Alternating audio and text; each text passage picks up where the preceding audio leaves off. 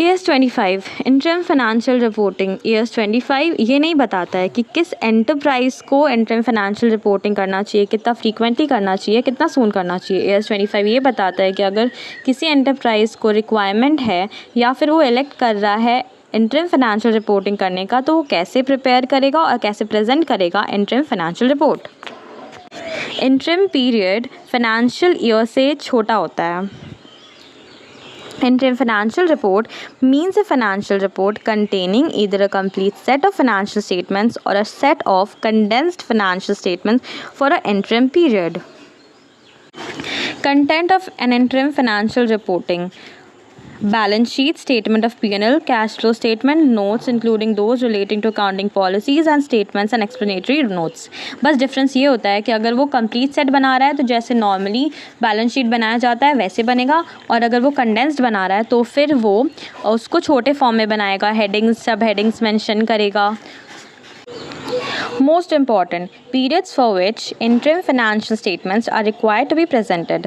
अगर balance sheet है तो फिर करंट पीरियड में end of current interim period आएगा, और कंपेरेटिव पीरियड में end of immediately preceding financial year आएगा। अगर स्टेटमेंट ऑफ P&L है तो फिर करंट पीरियड में current interim period end cumulatively for the year to date, और कंपेरेटिव पीरियड के लिए comparable interim period end year to date of immediately preceding financial year.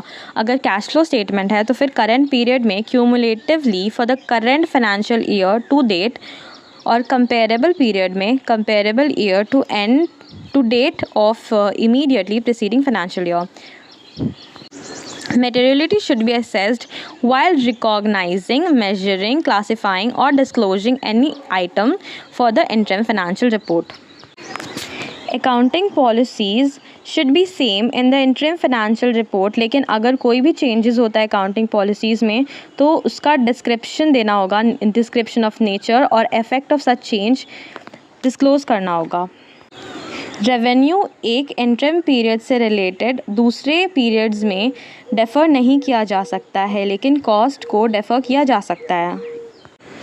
As per ES25, the cost should be anticipated or deferred only when it is appropriate to anticipate that type of cost at the end of the financial year, and costs are incurred unevenly during the financial year of an enterprise. For example, property tax assessed for a calendar year. जिस period का cost होगा उस period में डेफ़र कर दिया जाएगा, और record सिर्फ उसी पीरियड में होगा जिस पीरियड से रिलेट कर रहा होगा।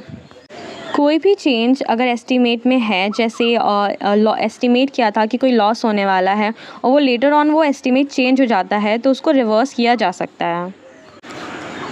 इनकम्स एंड एक्सपेंसेस जो रिकॉर्ड करना चाहिए था उस पीरियड में, जिस पीरियड में वो अर्न हो रहा है या इनकर हो रहा है, वो है जैसे extra ordinary loss, additional depreciation due to change in method of charging depreciation, bad debts, net loss from disposal of any business segment, dividend income, sale promotion expenses, admin expenses, advertisement expenses, कोई भी extra ordinary gain, income from sale of investment, ये सब उसी period में record होगा जिस period में वो अर्न हो रहा है या इनकर हो रहा है। ये सब डेफ़र नहीं किया जा सकता है किसी भी और पीरियड में। और इनकम्स एंड एक्सपेंसेस जो डेफ़र किया जा सकता है डिफरेंट पीरियड्स में, जिस पीरियड में वो रिलेट कर रहा है, वो है जैसे property tax assessed for the calendar year, या कोई भी क्यूमुलेटिव लॉस हो रहा है resulting from change in method of inventory, तो फिर जिस पीरियड से वो लॉस या फिर वो कॉस्ट रेफ़र हो रहा है वो उस पीरियड में चला जाएगा। फॉर एग्ज़ाम्पल, अगर प्रॉपर्टी टैक्स पेमेंट हुआ है इंटरिम पीरियड में, लेकिन उसमें पिछले पीरियड का आउटस्टैंडिंग भी है और आने वाला पीरियड का प्रीपेड भी है, तो प्रीपेड को और आउटस्टैंडिंग को एक्सक्लूड कर दिया जाएगा और जितना उस पीरियड से रिलेट हो रहा है वो आ जाएगा। Provision relating to benefit schemes like pension, gratuity for an interim period calculate होगा based on the year to date basis by using the actuarially determined rates at the end of the prior financial year. कुछ practical questions भी है, जैसे calculation of profit for a quarter और calculation of tax expenses for each quarter.